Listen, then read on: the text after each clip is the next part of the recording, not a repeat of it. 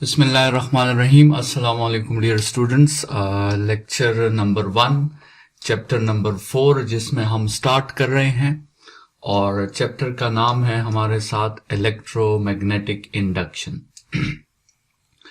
Students, previous lecture number chapter number 1, chapter number 2 और chapter number 3 में हमने electrostatics को डिस्कस किया।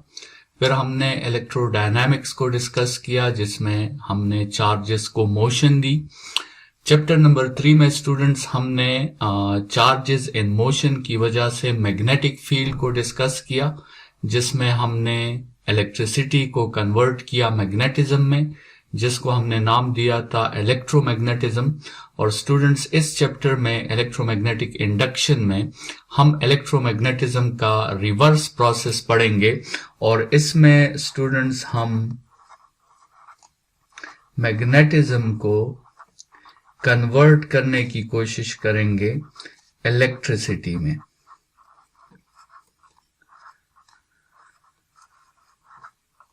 सबसे पहले हमने इलेक्ट्रिसिटी को मैग्नेटिज्म में कन्वर्ट करने की कोशिश की, जिस चैप्टर को हमने इलेक्ट्रोमैग्नेटिज्म का नाम दिया था। और इस चैप्टर में स्टूडेंट्स हम मैग्नेटिज्म को कन्वर्ट करेंगे इलेक्ट्रिसिटी में और इस चैप्टर का नाम आपके साथ है इलेक्ट्रोमैग्नेटिक इंडक्शन। तो स्टूडेंट्स, सबसे पहले हम मैग्नेटिज्म को इलेक्ट्रिसिटी में कन्वर्ट करेंगे और फिर उस कन्वर्जन को कंप्लीटली तौर पर समझने की कोशिश करेंगे और फिर देखेंगे कि उस कन्वर्जन के हेल्प से हमने अपनी डेली लाइफ में क्या क्या एडवांटेजेस हासिल किए हैं और हमने अपनी डेली लाइफ को किस तरह इस चैप्टर को स्टडी करने से अपने डेली लाइफ को हमने आसान किया है। तो स्टूडेंट्स, स्टार्ट लेते हैं और सबसे पहला टॉपिक जो इस चैप्टर में आपके साथ है वो फैराडे लॉ है।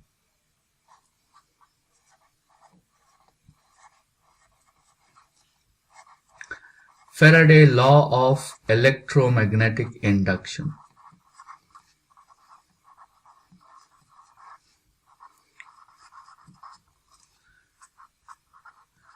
इस लॉ में हम पढ़ेंगे कि कैसे हम मैग्नेटिज्म के थ्रू इलेक्ट्रिसिटी जो है वो हम क्रिएट कर सकते हैं।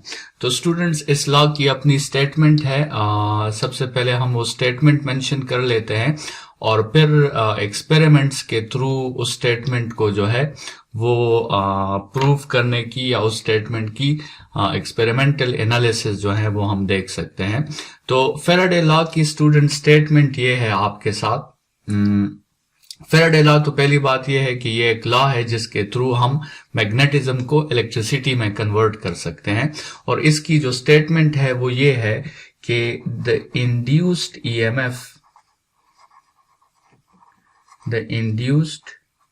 EMF is directly proportional to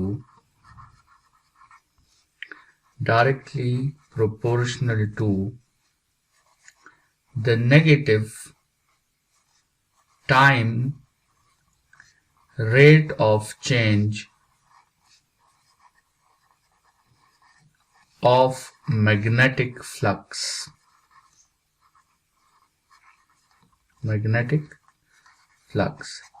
मतलब इसका अगर हम मैथमेटिकल फॉर्म लिखना चाहें तो हम इस तरह लिखेंगे कि EMF which is induced is equal to, बल्कि is directly proportional to the negative rate of change of flux with respect to time।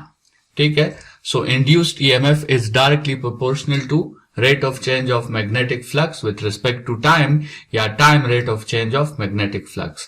और फिर स्टूडेंट्स, इसमें जो है कांस्टेंट ऑफ प्रोपोर्शनैलिटी हम पुट कर देते हैं और वो कांस्टेंट ऑफ प्रोपोर्शनैलिटी हमारे साथ यहाँ पे जो आती है वो n आती है और n यहाँ पे जो है आपके साथ क्या है, n आपके साथ है नंबर ऑफ टर्न्स।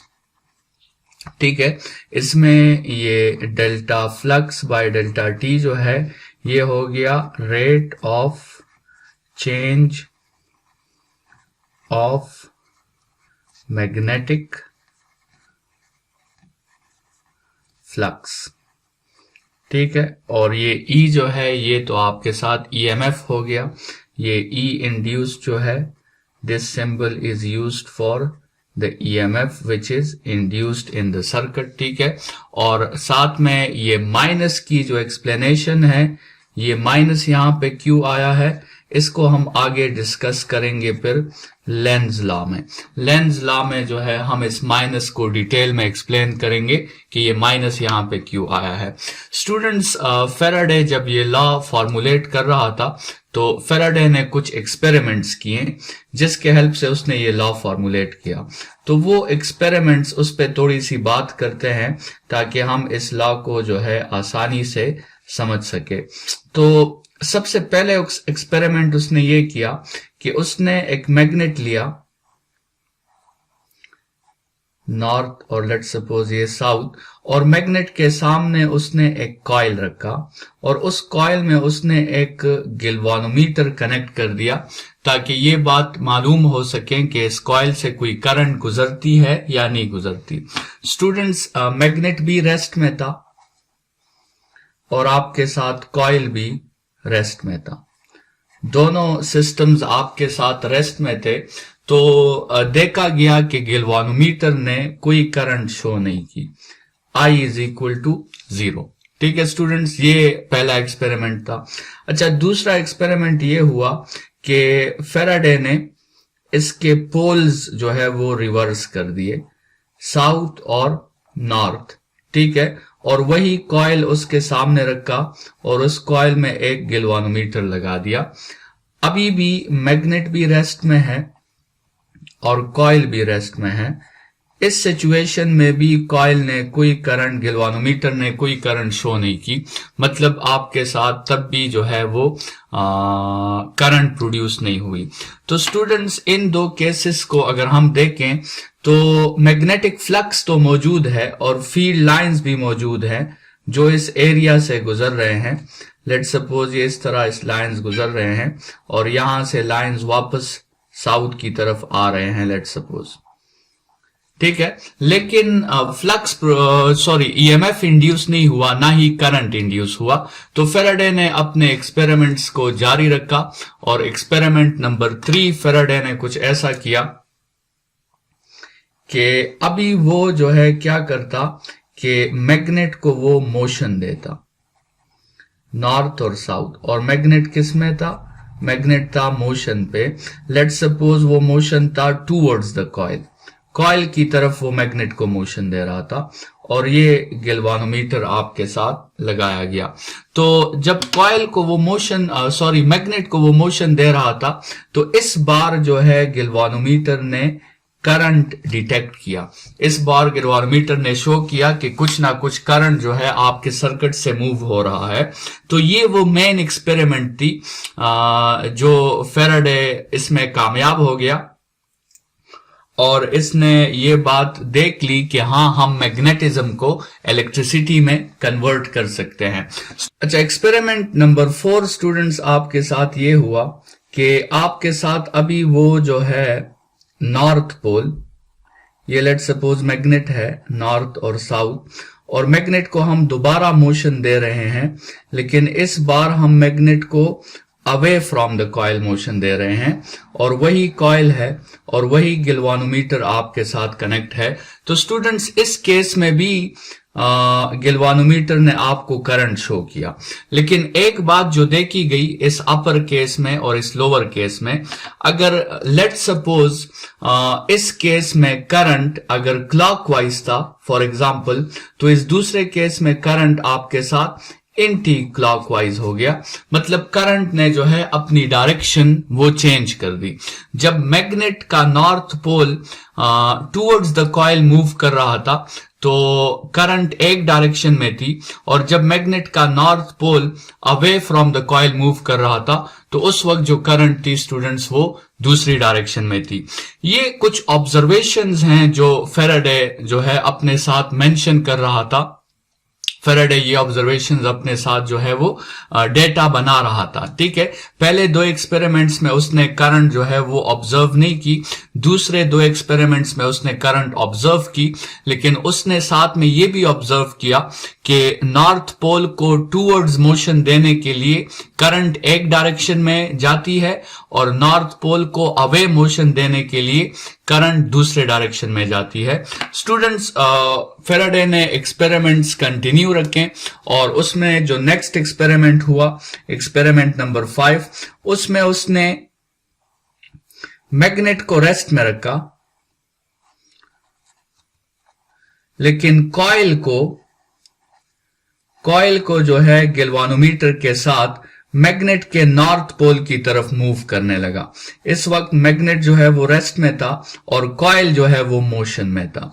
स्टूडेंट्स, दोबारा गैल्वानोमीटर ने करंट शो किया, करंट 0 नहीं था, और स्टूडेंट्स ये वही करंट था जो इस सिचुएशन में था। मतलब वो करंट जो है अगर इस सिचुएशन में क्लॉकवाइज था तो इस सिचुएशन में भी वो क्लॉकवाइज था।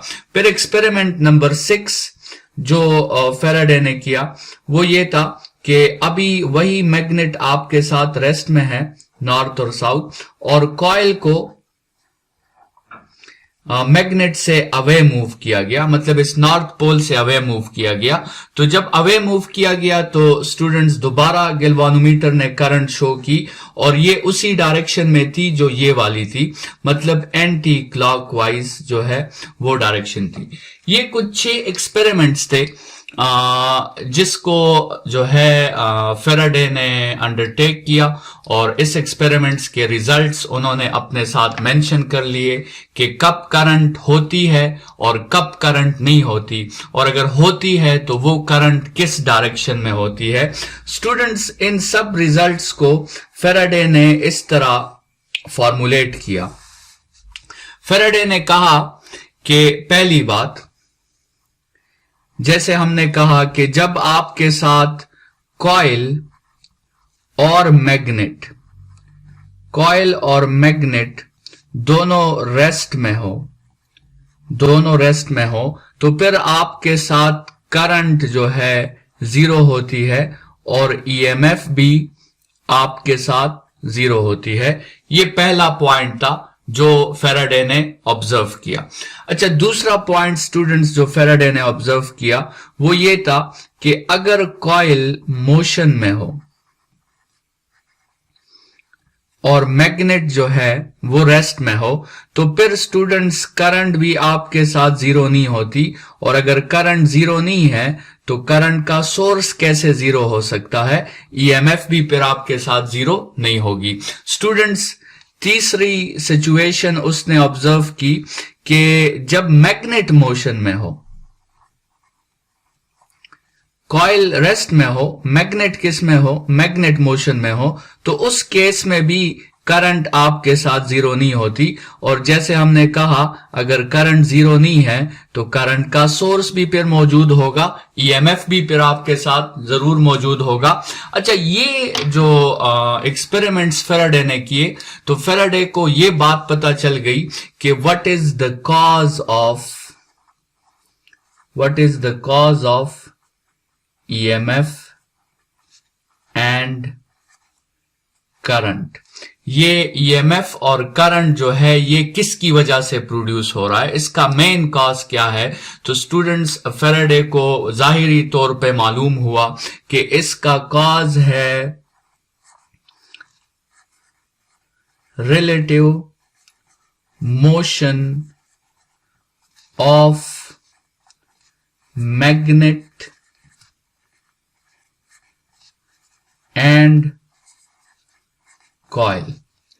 इसका कॉज क्या है, relative motion of magnet and coil. ठीक है, मतलब स्टूडेंट्स आप देख सकते हैं यहां पे मैग्नेट मोशन में है एक्सपेरिमेंट नंबर 3 में, और एक्सपेरिमेंट नंबर 5 में कॉइल मोशन में है, लेकिन दोनों के मोशन की वजह से हो क्या रहा है, मैग्नेट और कॉइल आपस में करीब आ रहे हैं।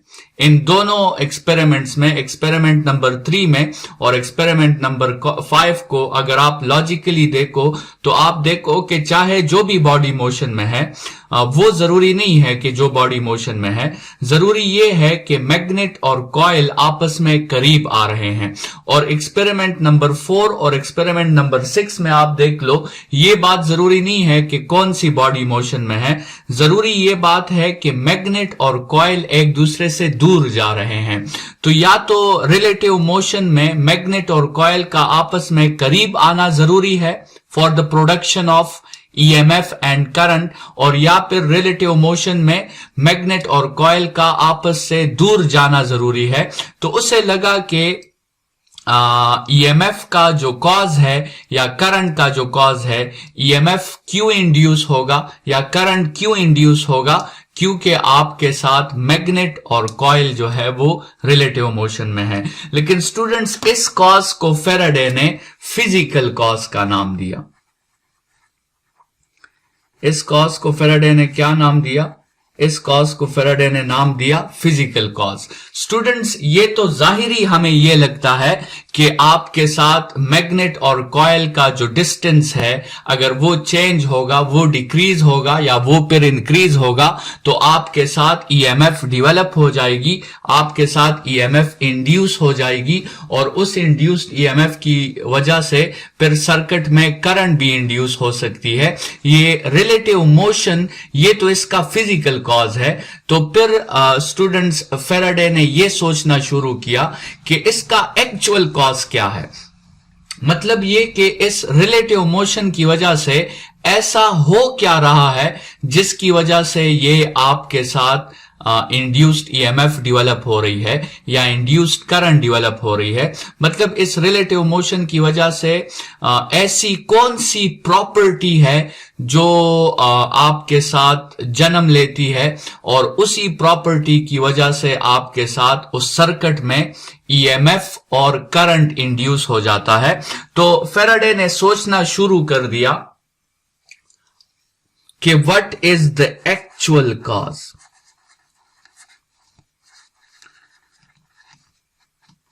ठीक है, रिलेटिव मोशन तो इसका फिजिकल कॉज हो गया। तो फेराडे ने यह सोचना भी शुरू कर दिया कि इसका एक्चुअल कॉज क्या है, इसकी एक्चुअल जो है वर्किंग कैसी है।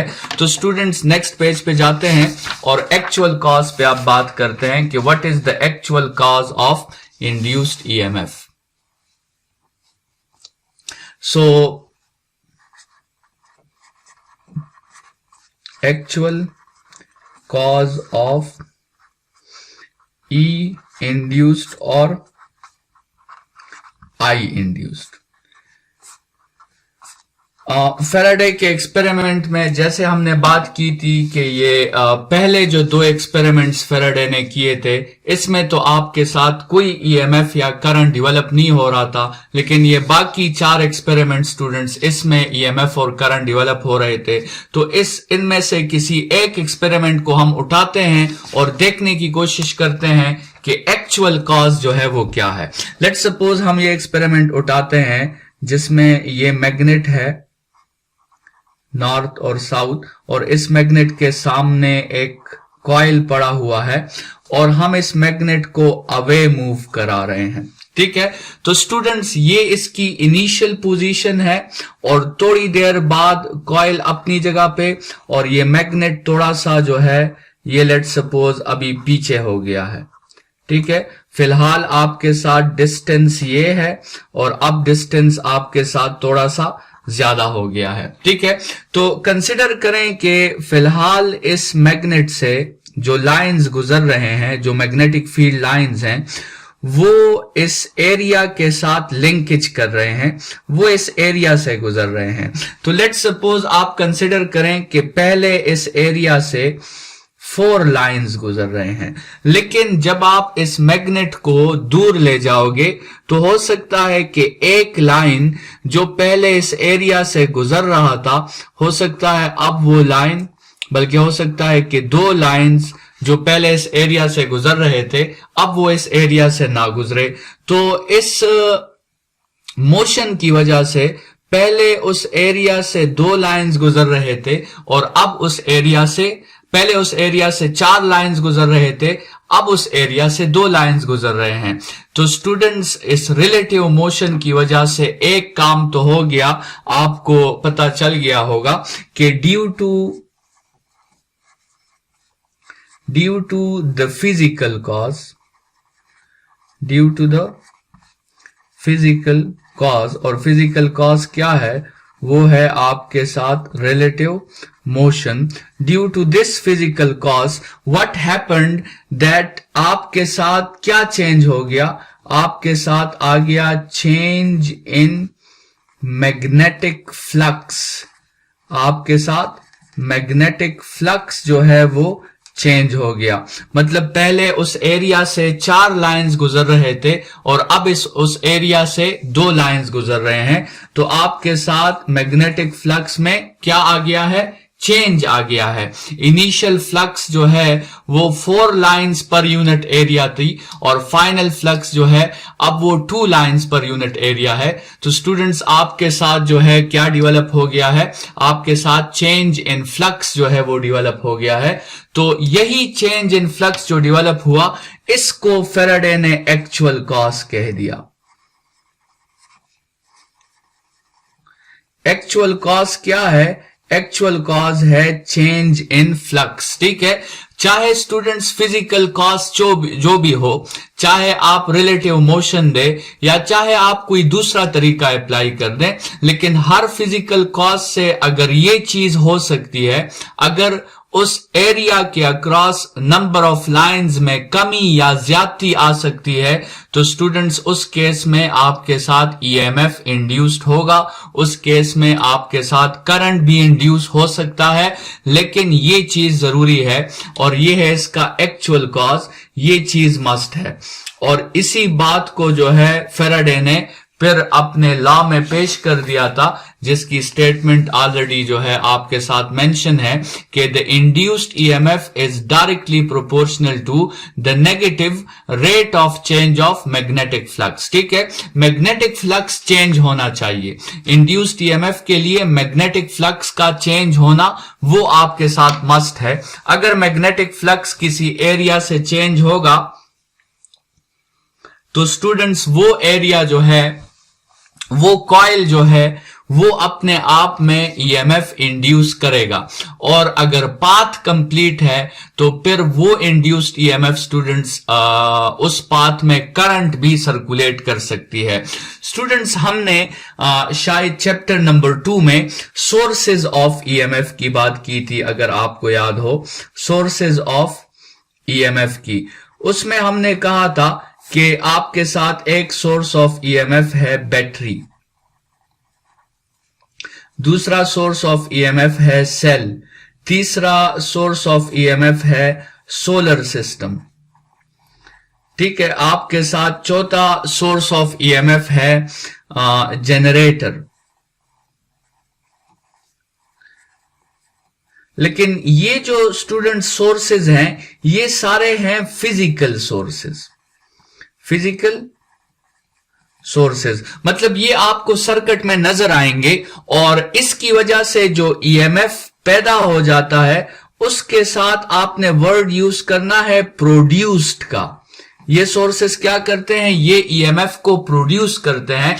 लेकिन स्टूडेंट्स, एक सोर्स इस तरह भी है जो फिजिकली नजर नहीं आता और वो सोर्स है चेंज इन फ्लक्स। एक कॉज और भी है ईएमएफ पैदा करने का और वो ईएमएफ को पैदा करने का कॉज क्या है, चेंज इन फ्लक्स। लेकिन ये जो तरीका है ईएमएफ का स्टूडेंट्स, ये नॉन फिजिकल सोर्स है, ये आपको नजर नहीं आएगा। लेकिन इस केस में जब ईएमएफ प्रोड्यूस होता है तो आपने उसके साथ प्रोड्यूस का वर्ड यूज नहीं करना, आपने उसके साथ इंड्यूस्ड का वर्ड यूज करना है। ठीक है, तो ये जो पहले के 4 सोर्सेज हैं इसमें ये फिजिकल सोर्सेज हैं और ये ईएमएफ को प्रोड्यूस करते हैं, और ये 5वां सोर्स जो है ये आपके साथ नॉन फिजिकल सोर्स है और ये ईएमएफ को इंड्यूस करता है। मतलब एक्चुअली कोई फिजिकल सोर्स नहीं होता, लेकिन फिर भी आपके साथ सर्किट में ईएमएफ भी डेवलप हो जाती है और आपके साथ सर्किट में करंट भी डेवलप हो जाती है। ठीक है, अगर पाथ कंप्लीट हो।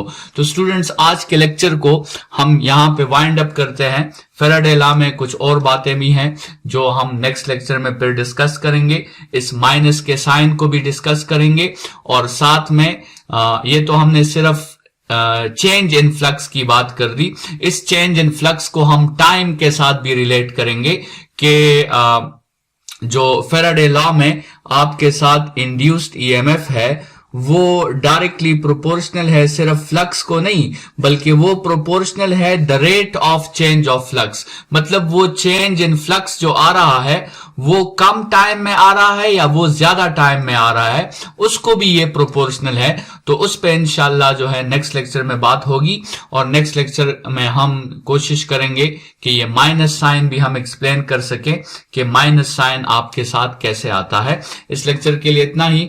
अपना बहुत ख्याल रखिएगा। Thank you students.